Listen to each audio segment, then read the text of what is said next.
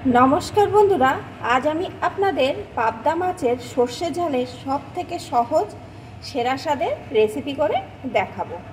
তার জন্য এখানে আমি কয়েকটা পাবদা মাছ ভালো করে কেটে ধুয়ে পরিষ্কার করে নিয়েছি।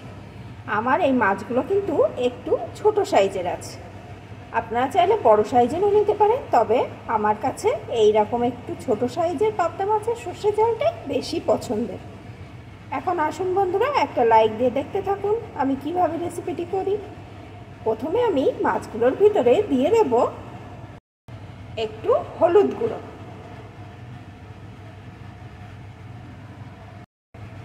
একটু লবণ, একটু কাঁচা সরিষার তেল। এই মাছগুলো যেহেতু তেলের মধ্যে দিয়ে ফাটে, তাই একটু সর্ষের তেল মাখিয়ে নিলে মাছগুলো ফাটবেও না আর খেতেও ভালো লাগবে।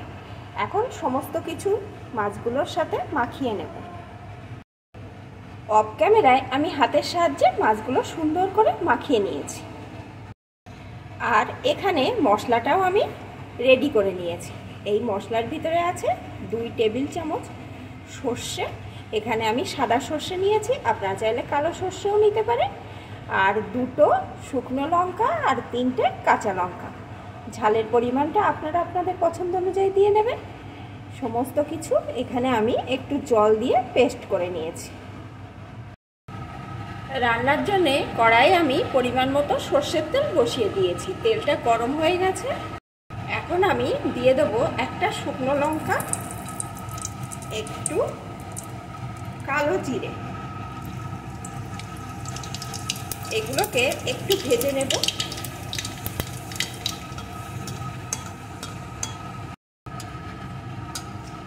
এগুলোকে একটু ভেজে নিয়ে এর ভিতরে আমি মাছগুলোকে দিয়ে দেব।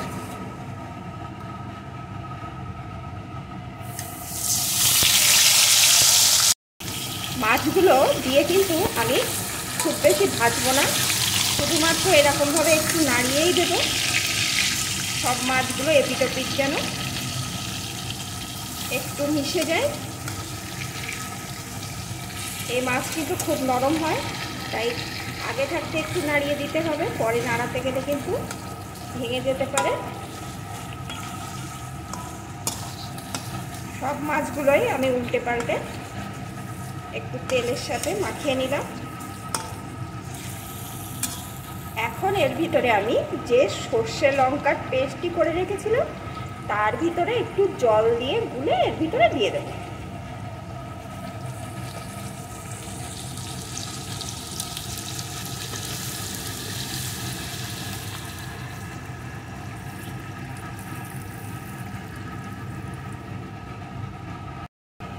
সাথে দিয়ে দেব পরিমাণ মতো হলুদ গুঁড়ো। মাছের গায়ে কিন্তু লবণ হলুদ মাখানো আছে, সেই বুঝে এখানে দিতে হবে। স্বাদ অনুযায়ী লবণ,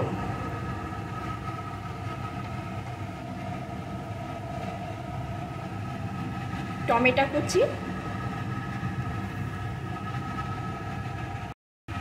কয়েকটা চেরা কাঁচা লঙ্কা। সব কিছু একটু মিশিয়ে নেব।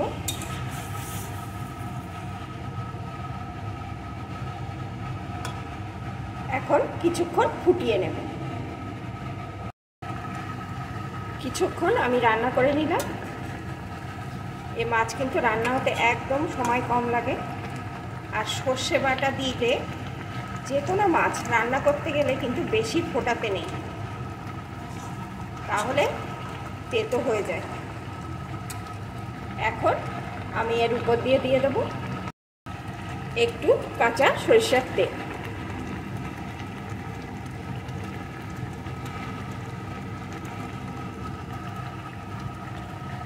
একটু মিশিয়ে নেব।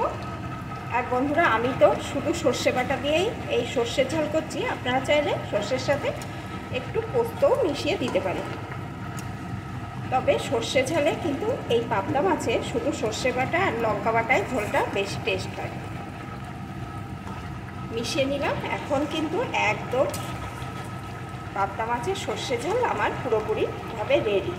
আমি নামিয়ে নেব। আমার রেসিপিটি আপনাদের কেমন লাগলো প্লিজ কমেন্ট করে জানাবেন। ভালো লাগলে অবশ্যই কিন্তু বন্ধুরা একটা লাইক দিয়ে দেবেন।